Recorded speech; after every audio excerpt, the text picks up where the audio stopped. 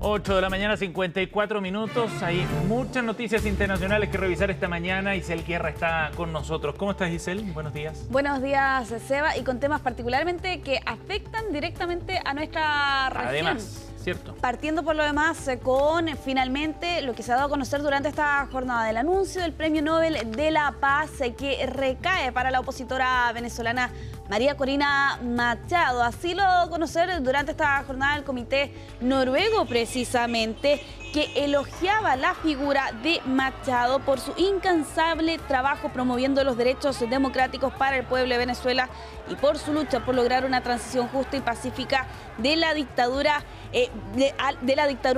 a la democracia. Aquí lo que se señalaba, Seba, es que ella es uno de los ejemplos más extraordinarios del coraje civil en América Latina en los últimos tiempos. Y claro, con primeras reacciones que hemos conocido de María Corina Machado, indirectamente porque Edmundo González, el ex candidato presidencial venezolano, publicaba en sus redes sociales precisamente una llamada telefónica que sostuvo momentos después de que Machado fuera informada precisamente de que se le había otorgado el Premio Nobel de la Paz. De hecho, ella señala: estoy en shock, no me puedo creer esto, en un registro bastante breve de 15 segundos que ha sido publicado en sus redes sociales. Y claro, con María Corina Machado, que recordemos está en la clandestinidad desde agosto del año pasado en Venezuela. Claro. Tras las elecciones del año pasado, y que por lo demás ella salió de la clandestinidad en el mes de enero de este año para ser parte de unas movilizaciones precisamente para protestar en contra de la investidura de Nicolás Maduro este año. Y ha sido parte de esa resistencia que ha generado la oposición en Venezuela, muy persistente para tratar de llegar al poder, de derrocar a Nicolás Maduro en las urnas precisamente, sí, como lo consiguieron, a pesar de que el gobierno de Maduro se aferró con uñas y dientes a eso, desconociendo los resultados, sin mostrar las actas. Bueno, María Corina Machado encabezó ese esfuerzo. Es política, es ingeniera industrial, profesora venezolana, fundadora nacional de la Coordinadora Nacional del Movimiento Político 20 Venezuela. Y ha estado en el ámbito político desde hace largo tiempo, diputada en la Asamblea Nacional desde enero de 2011, se convirtió en la candidata de hecho con más votos en la historia en la Asamblea Nacional de Venezuela, según veo en sus registros biográficos, y ha tenido un rol, como decíamos, bien activo, muy relevante y con respaldo internacional también a su tarea. Sí, exactamente, con este reconocimiento que por lo demás se hace también de su labor. Recordemos que ella buscó participar en las elecciones presidenciales en 2023, se llevaron a cabo primarias opositoras. Ella arrasó en esos comicios, consiguió más del 90% de los votos en las urnas, pero sin embargo fue inhabilitada posteriormente y eso le impidió precisamente poder participar de esas elecciones. Se buscaron algunas figuras dentro de la oposición venezolana. Finalmente terminó siendo el nombre de Edmundo González, precisamente, quien, acompañado de María Corina Machado, intentaron congregar precisamente a la población venezolana a las urnas en unos comicios sumamente cuestionados con el régimen de Nicolás Maduro, que hasta este momento no ha presentado las actas de esa supuesta victoria. Y ahora con Machado, que se convierte entonces en Premio Nobel de la Paz. ¿Te parece, Seba, si vamos a revisar ese momento que ha sido publicado en redes sociales de esta llamada telefónica entre Edmundo González y Machado, donde ella entrega algunas apreciaciones sobre sus sensaciones tras haber sido anunciado este premio?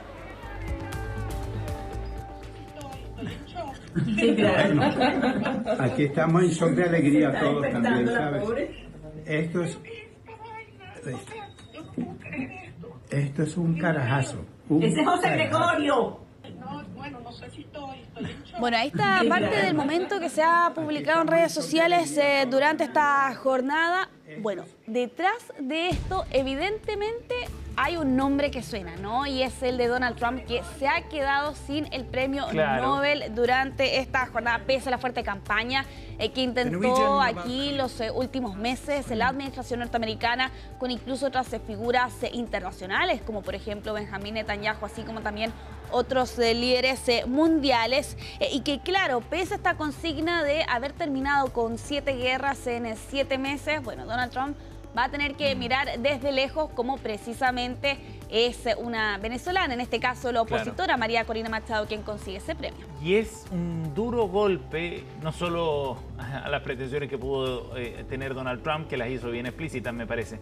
Es un duro golpe a Nicolás Maduro, evidentemente, sí, y al régimen. O sea, esta es una demostración también desde las más altas esferas de poder político a nivel internacional del respaldo a la oposición venezolana. Exacto. Al proceso que Machado encabezó, reflejado en el triunfo de Edmundo González, que no fue reconocido por el régimen venezolano, y porque constantemente también el régimen de Maduro ha apuntado en contra de Machado. Por algo está en la clandestinidad, ¿no? Porque está en riesgo su libertad, si es que no su vida incluso.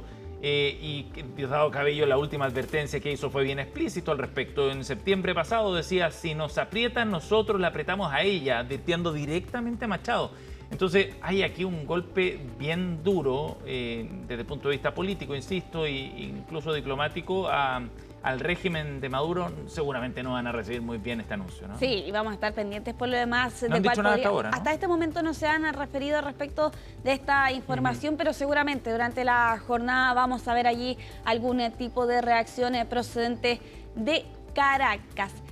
Y precisamente a la espera de eso es que vamos a continuar esta revisión internacional también con otro tema de nuestra región. Durante esta madrugada ha sido destituida la presidenta, ahora expresidenta peruana, Dina Boluarte, en un proceso de remoción express que comenzó el día de ayer. ¿O no, Isabel? Fue sorpresivo hasta cierto punto, teniendo en cuenta por lo demás que el día de ayer algunos partidos anunciaban precisamente la presentación de esta moción de vacancia, 4 en rigor, que se votaron durante la jornada anterior, pero digo hasta cierto punto es sorpresivo porque la verdad es que Dina Boluarte estaba arrastrando una impopularidad bastante grande en estos últimos meses, una popularidad del 5%, incluso apuntan aquí algunos sondeos con movilizaciones, como por ejemplo la de la generación Z, que hemos visto en estas últimas 3 semanas. Y claro, con una destitución aprobada entonces durante esta madrugada bajo la figura de vacancia por incapacidad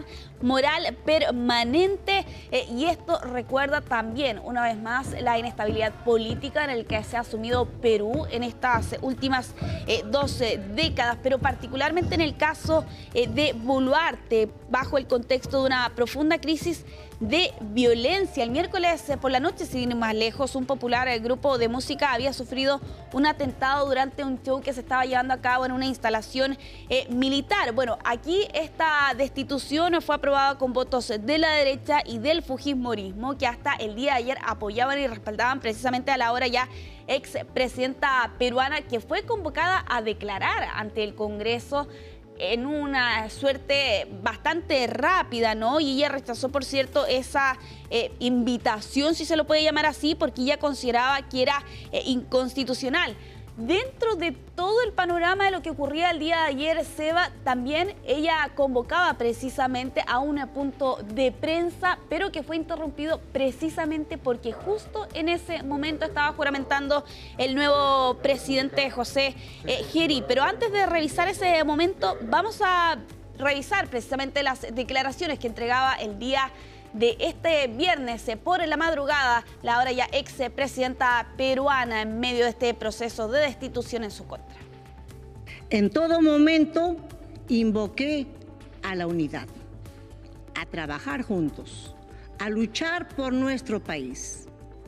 Ante este contexto, no he pensado en mí, sino en los más de 34 millones de peruanos y peruanas que merecemos un crecimiento con estabilidad democrática y con un gobierno que trabaje sin corrupción, como lo hemos venido haciendo durante mi gobierno. Bueno, Seba, mensaje interrumpido el que estaba entregando Dina Boluarte, básicamente cadena nacional, ya no para dar su mensaje, sino que para ver precisamente el momento en el que el nuevo presidente José Geri juramentaba durante esta madrugada. Era el presidente del Congreso. Ocurre una misma situación como la que enfrentó Boluarte a finales del 2022. Ella era la presidenta del Congreso en ese entonces, en medio de la crisis que estaba enfrentando Pedro Castillo, y ahora se repite precisamente esa misma situación durante esta jornada. Ojo que Gerí va a tener aquí un mandato bastante breve. En rigor lo que tiene que hacer es cumplir el periodo de Dina Boluarte, que termina o iba a terminar más bien a mediados del 2026. Hay elecciones en abril del próximo año y claro, se va también con esta inestabilidad política. Otra vez más en la que se ve sumida la nación vecina, en este caso, ya con la salida de la presidenta, ahora expresidenta Dina Boluarte. Increíble la inestabilidad por la que ha atravesado Perú en las últimas, diría, 10 años, 15 años, ¿no? Al menos. El periodo bien largo. A pesar de todo, el país, bueno, sigue funcionando. No obstante toda la inestabilidad política, pareciera que las cosas van como por cuerdas separadas, ¿no? La economía, por un lado, el funcionamiento del país, la parte social y por otra parte un nivel de inestabilidad política que se refleja también en la enorme fragmentación que está viviendo ese país y en la falta de liderazgos claros también. Hoy día uno ve las encuestas en Perú y aparecen más de 10 candidatos, todos con preferencias en niveles bien bajos. Y la elección no está tan lejos tampoco. No, exactamente, la elección va a ser, ¿no?, en abril del próximo año. Y tú das en un punto crucial, ¿no? La fragmentación que existe en la nación vecina, pero también hay una característica bastante particular de este país y es precisamente lo que tú hablas de los carriles separados, ¿no? Pese a la inestabilidad política, de todas formas la economía peruana logra seguir adelante precisamente. Lo que sí ha ocurrido en estos últimos meses es que el tema de la seguridad se ha instalado con bastante fuerza. De hecho, precisamente se entiende, ¿no? Es uno de los puntos que hacen caer el gobierno de Dina Boluarte, pero ojo con varias polémicas que había arrastrado en estos últimos años, las muertes por las movilizaciones en el inicio de su mandato, no haber convocado a las elecciones, pese a que fue una promesa que ella realizó al momento en que asumió la presidencia en diciembre del 2022, haber abandonado sus cargos como presidenta por algunos días ante una operación, una rinoplastía que se estaba haciendo también fue otra de las polémicas que enfrentó Boluarte en su momento. Y a eso además se suma también haber recibido joyas precisamente y relojes en un caso bastante controvertido en Perú. Bueno, varias polémicas. Finalmente el gobierno de Dina Boluarte terminaba durante esta madrugada. José Gerí entonces es el nuevo presidente de la nación vecina en un mandato breve de menos de un año hasta julio del 2026. Es una noticia en desarrollo la que llega, por cierto, desde Perú y que vamos a estar actualizando durante esta jornada. Una bastante noticiosa, Seba, porque ya para ir cerrando esta revisión internacional, hace solo algunos momentos atrás Israel ha confirmado el inicio del cese a las hostilidades luego de que el día de ayer por la tarde finalmente se confirmara que el Gabinete de Seguridad y el Pleno del Gabinete finalmente habían respaldado y aceptado este plan, ¿no?, presentado la semana pasada por Estados Unidos. Y ahora con el cese a las hostilidades también ocurre la retirada de las tropas israelíes hasta un punto acordado dentro de este plan, dentro de la Franja de Gaza. Es importante remarcar eso también.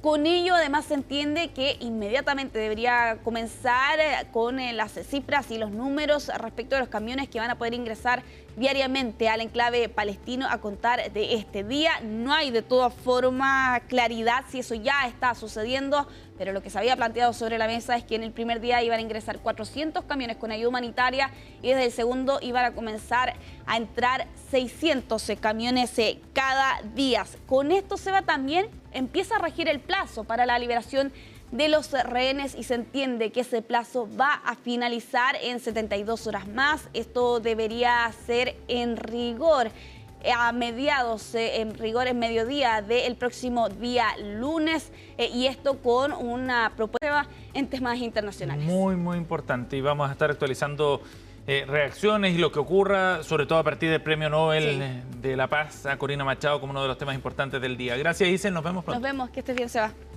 9 de la mañana con 9 minutos.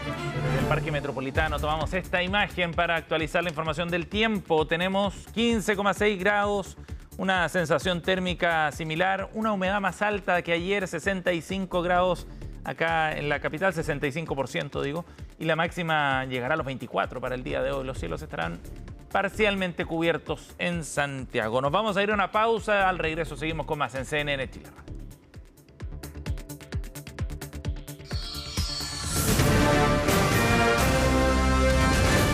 Hacemos una pausa y ya regresamos con CNN Chile Radio, AM.